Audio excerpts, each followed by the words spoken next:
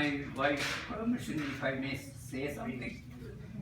And I've seen Sharath only as my younger brother, not as a friend, not as anything else. He is scholarly, he is a Taravadi, he is very kind, he has always been helpful. And I have known him through my youngest brother who at the same age, and he has left, gone back when they had a couple of children, they decided to go back and he settled in.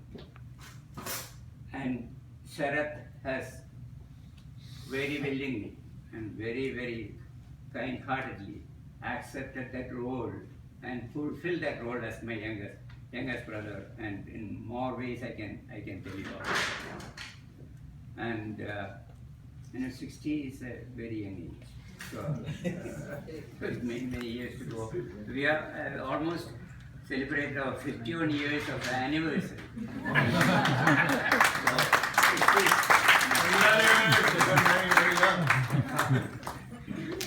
And this night actually belongs to him. And I'm kind of feeling awkward that you brought up my book.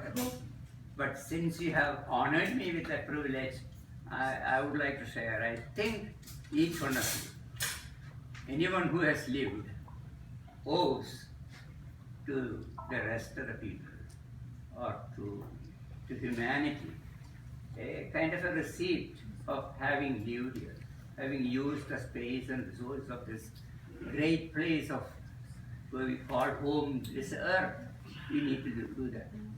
And secondly, for all of us immigrants who have come over, moved over from India, leaving something, ancient traditions and heritage and thousands of years of culture, we owe it more so to our future generations to make a note that where we came from, what we left behind. And also we owe it to people who live back in India, what it took for us to come. And this is not easy for having all of you share the same sentiments with me, that it took a lot of courage to leave the country of your birth, a lot of sacrifice to have left all what you belong to, what your parents and ancestors created for you. You walked away from that with a selfish reason, purely selfish reason, and you dragged along our children and future generations to an alien culture which they have to be familiar. There is no going back. That's not true. We tried once, having settled very comfortably. After 15 years, we said, no, we owe it back to our country. Somebody was talking about, I paid only 240 rupees a year to get educated. That was our fees in medical school. Now it's crores. So the country gave us, and we left that country and the people who deserved our service as doctors. We left that and we came over. So having settled, I was in full partnership with a very successful practice here. So we left all that. We had a huge home. We left all that. We decided to move back to Chennai when Apollo Hospital came along. And so we sacrificed everything. We went back. So that at least was a conscience, fulfills my obligation to that country. So we tried that for very many reasons. And if you want to know it, buy the book.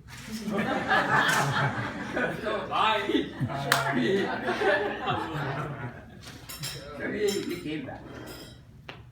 And my practice, very dearly, they embraced me back into the practice, and we decided the third time is, Cham, this is where we belong, and our children are all settled. There are different parts, our grandchildren, that's adorable grandchildren, that's our life. So what about, that's about the book. So, but when I wrote it, for the reasons I wrote it, because our children, I was very busy with practice, and so many things. I was involved with almost every Indian organization which is presently, from every, whether it's All India, religious, cultural, philanthropic, we were involved. And that's a satisfaction. We gave something back to the society. And our children insisted when I retired 8 years ago that you should leave something. You should write memoirs, your own. So I started doing that hesitatingly, feeling that my life, what the heck is it's about? It's a common, average life. There's nothing to be talked about. But for whatever reason they insisted, I started writing, and when I started going through that, the biggest reward I got from writing the book was I had to revisit the life I left behind, my childhood, the people I grew up with, people who took care of me, who loved me and have left since. So revisiting that was the biggest reward I got by writing that book. And it went on.